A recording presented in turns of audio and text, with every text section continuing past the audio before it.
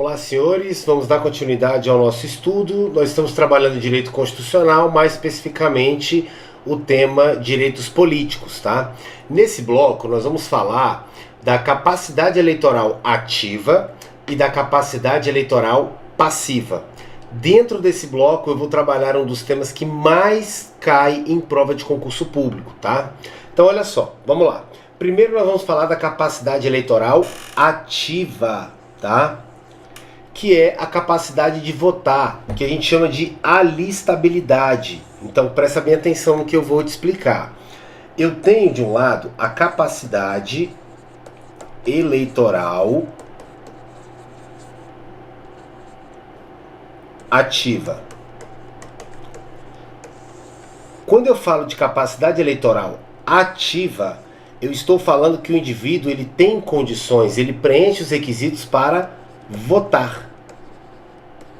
Ativa por quê? Porque é o indivíduo agindo, né? O indivíduo cidadão indo lá e participando ativamente da vida política do Estado com o seu voto. Então, quando eu falo que o sujeito tem capacidade eleitoral ativa, é porque ele preenche os requisitos para votar, para ser cidadão, tá ok? E isso aqui é chamado de alistabilidade. Professor, por que alistabilidade? Alistabilidade vem de alistamento, senhores. Alistamento significa que o indivíduo ele se encontra numa grande lista lá na Justiça Eleitoral, onde o nomezinho dele estando nessa lista significa que ele é cidadão, que ele tem direito de votar, que ele preenche os requisitos, tá ok? Por outro lado, eu tenho o que a gente chama de capacidade eleitoral passiva. Passiva. Quando eu falo de capacidade eleitoral passiva, eu não estou falando mais da capacidade que o indivíduo tem de votar. Eu estou falando da capacidade de ser votado. Então eu estou falando do candidato. Aqui em cima eu estou falando do eleitor, porque é capacidade de votar. E aqui embaixo eu estou falando da capacidade de ser candidato. Beleza? E a capacidade eleitoral passiva, ela recebe um nome que é elegibilidade. O que seria elegibilidade? Capacidade de ser eleito. E só é eleito quem é candidato, ou seja, capacidade eleitoral passiva. Vencido essa nomenclatura aqui, vamos trabalhar primeiramente a capacidade eleitoral ativa. O que você precisa saber, tá? Para alguns indivíduos, o voto ele é facultativo. O que é facultativo? O indivíduo ele vota se quiser. Ele não está proibido de votar, mas ele também não está obrigado, tá? Então é um direito dele escolher se ele vai votar ou não, tá? Eu tenho, por outro lado, outro grupo que são os indivíduos que são proibidos de votar, tá?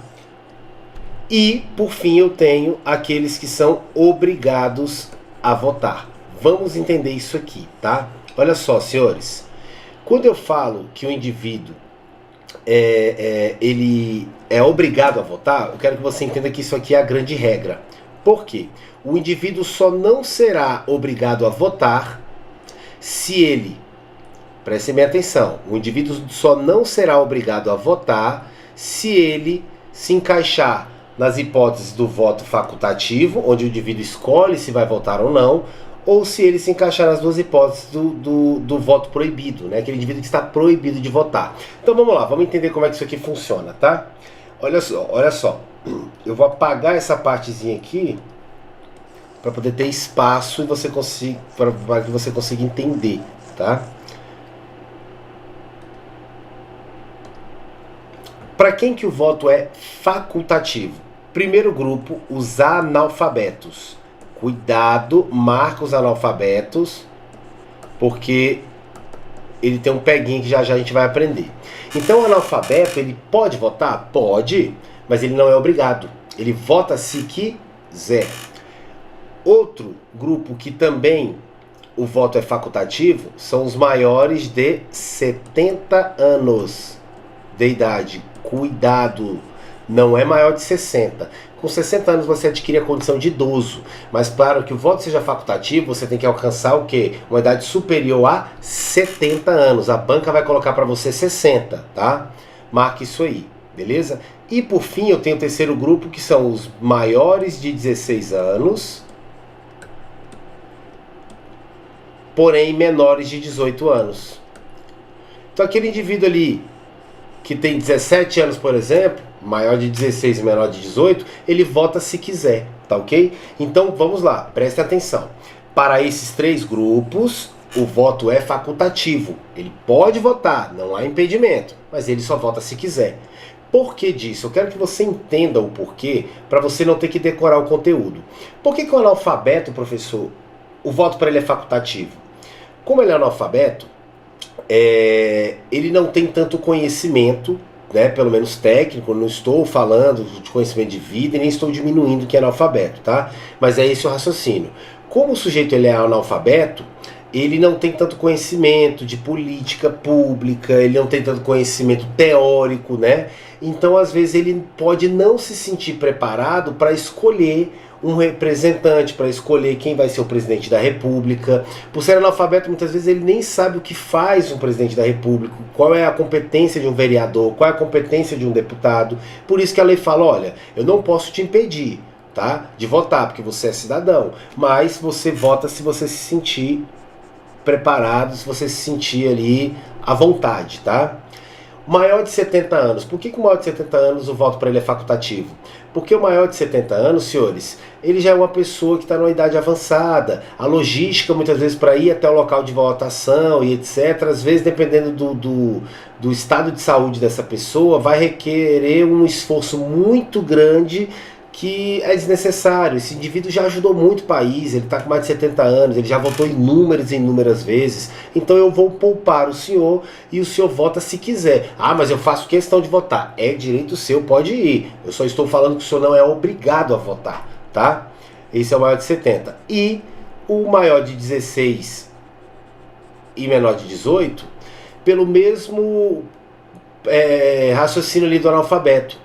Se esse rapaz, esse jovem, não se sentir ainda preparado para exercer a cidadania através do voto, ele pode deixar de votar. Mas se ele fizer questão, também é direito dele. Então, cuidado, senhores. Analfabeto, maior de 70 e maior de 16, porém menor de 18, para esses o voto é facultativo. Cabe a ele escolher se vai votar ou não. Beleza. Diferentemente, eu tenho duas hipóteses aqui em que o voto ele é proibido. Para quem que o voto é proibido? Ou seja, quem não pode votar? Os estrangeiros. Por que, professor, os estrangeiros? Porque o estrangeiro, senhor, ele não é brasileiro. Se ele não é brasileiro, por que ele quer votar? Por que ele quer escolher os representantes? Por que ele quer escolher quem vai chefiar o poder executivo, quem vai representar o povo no poder legislativo? Se ele é estrangeiro, ele não faz parte do elemento povo, né, do Brasil, do nosso país. Então ele não nada mais justo do que ele não ter direito ao voto, tá? Então o estrangeiro está proibido de votar, beleza? E também os conscritos durante, né, após a convocação aí para o serviço militar obrigatório, tá ok? Então olha só, como é que a banca vai fazer? Para o conscrito e para o estrangeiro, proibido votar. Para analfabeto maior de 70 e maior de 16 e menor de 18, o voto é facultativo. E para todos os demais, com idade superior a 18 anos, o voto é obrigatório. Então, como é que eu sei se o voto é obrigatório? Por exclusão. Se você não se encaixar em nenhuma das hipóteses do voto facultativo e também não se encaixar nas duas hipóteses do voto proibido, você é obrigado a votar. Isso está previsto na Constituição. Tá ok? Fácil? Beleza. Então, olha só, senhores. Nós falamos aqui da capacidade eleitoral ativa, né? O que interessa aqui pra gente, tá ok? Pode verificar aqui, ó, no parágrafo primeiro, o alistamento eleitoral. Opa, se eu estou falando de alistamento, alistabilidade, eu estou falando de capacidade eleitoral ativa. O alistamento eleitoral e o voto são, aí eu coloquei, obrigatório para os maiores de 18 anos, facultativo para alfabeto, maior de 70, maiores de 16 e menores de 18, e não podem alistar-se como eleitores, ou seja, não possuem capacidade eleitoral ativa, não podem votar, os estrangeiros, e durante o período do serviço militar obrigatório, os conscritos. Perfeito. Agora, nós vamos falar da capacidade eleitoral passiva, tá? Agora eu estou falando do direito de ser votado, tá? Capacidade eleitoral passiva. Agora não é a capacidade de votar, é a capacidade de ser votado, ou seja, ser candidato, não é isso? Qual o nome que eu utilizo para mencionar a capacidade eleitoral passiva? Elegibilidade. Capacidade, condição de elegibilidade, ser eleito. Ok. Senhores, prestem muita atenção no que eu vou te falar. A Constituição Federal, ela é bem mais rígida, ela traz mais requisitos para você ter capacidade eleitoral passiva, ou seja, ter capacidade de ser votado, do que o estabelecido para a capacidade eleitoral ativa. Requisitos para você votar. Quais são esses requisitos? E eu vou trabalhar aqui com vocês, tá? Um por um deles, sendo que o último, sem dúvida, é o disparado que mais cai em prova. Vamos lá. São condições de elegibilidade. Opa, se eu estou falando em alistabilidade, capacidade ativa. Se eu estou falando de elegibilidade, capacidade passiva. Quais são as condições? Cumulativas, tá? Primeira delas, nacionalidade brasileira. Cuidado com isso aqui. Por quê? Quando eu falo nacionalidade brasileira, eu tenho dois tipos de nacionalidade brasileira. Eu tenho brasileiro nato e eu tenho brasileiro naturalizado. Se você notar, a Constituição está exigindo apenas o quê? Nacionalidade brasileira. Então, cuidado. Regra geral, o sujeito que é brasileiro naturalizado, ele pode concorrer, tá? Ele pode ser candidato, ele pode concorrer aí a um mandato eletivo. Agora, por que eu falei regra geral? Só tomem cuidado com os cargos privativos de brasileiro nato. Porque, por exemplo, presidente da República e vice-presidente da República são privativos de brasileiro nato. Então, naturalizado, ele pode se candidatar? Pode, ele pode se candidatar ao cargo de vereador, ele pode se candidatar para mandato de deputado estadual, deputado federal. Olha, pessoal, deputado federal, cuidado, privativo de brasileiro nato é o cargo de presidente da Câmara, tá? Só tem um. Então, os outros demais deputados federais podem ser brasileiros naturalizados, não tem problema algum, tá ok?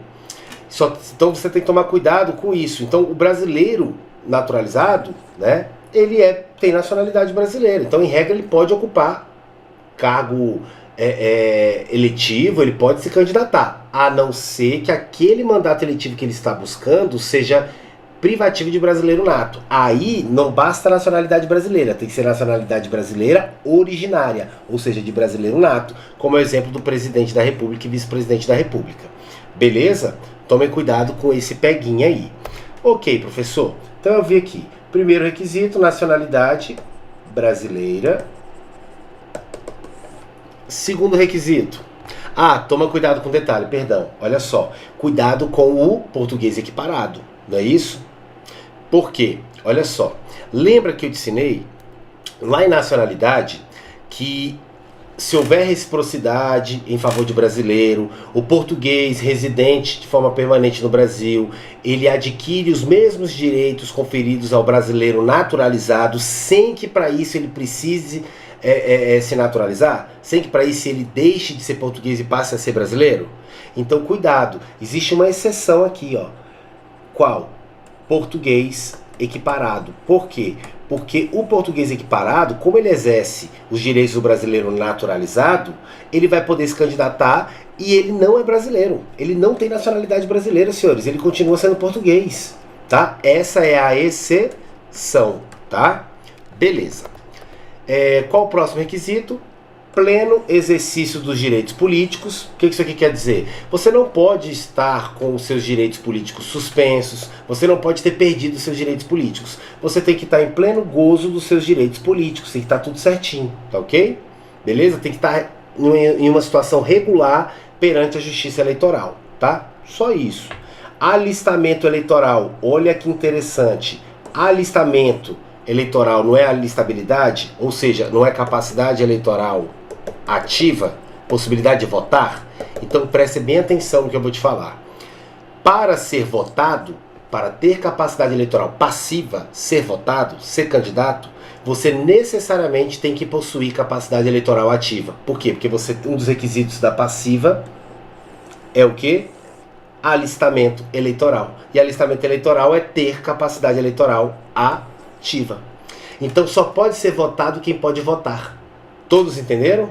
Tranquilo até aqui? Beleza. O que mais aqui? Um instante. Pronto. Domicílio eleitoral na circunscrição. Cuidado, tá? O artigo 9º lá da Lei das Eleições, ele fala que o candidato ele deverá possuir domicílio eleitoral pelo menos um ano antes, tá, do pleito. Então, olha só que interessante isso aqui.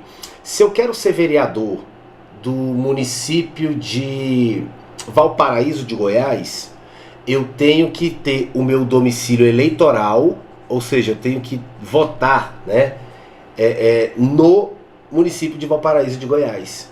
Se eu quero ser governador do estado de Goiás, eu tenho que ter domicílio eleitoral na circunscrição, ou seja, em qualquer município do estado de Goiás. Se eu quero ser presidente da República, eu tenho que ter domicílio eleitoral em qualquer local do Brasil, tá? Então, você tem que ter domicílio eleitoral na circunscrição. Eu não posso, por exemplo, ter meu domicílio eleitoral, votar no estado do Rio de Janeiro e me candidatar a vereador no município de Cidade Ocidental, município do estado de Goiás. Não posso, porque eu tenho que ter domicílio eleitoral na área, naquele território em que eu sou candidato, ok? Além disso, filiação partidária, tá? Não existe, tá? Candidatura sem partido, tá ok? Então tem que estar afiliado a algum partido político, tá ok? E aqui eu entro no que vai cair na sua prova. Pode confiar em mim, tá? De todos os requisitos que nós estudamos aqui, sobre a capacidade eleitoral passiva, que é a capacidade de ser candidato, de receber voto, né? De todos eles, esse aqui disparado é o que mais cai em prova. Idade mínima. A Constituição exige idade mínima para determinados, para que o indivíduo ele possa se candidatar a determinados cargos. Então, olha só. Idade mínima. A banca às vezes coloca, tá? Estabelecendo aqui que, segundo a Constituição, a idade máxima de... Errado.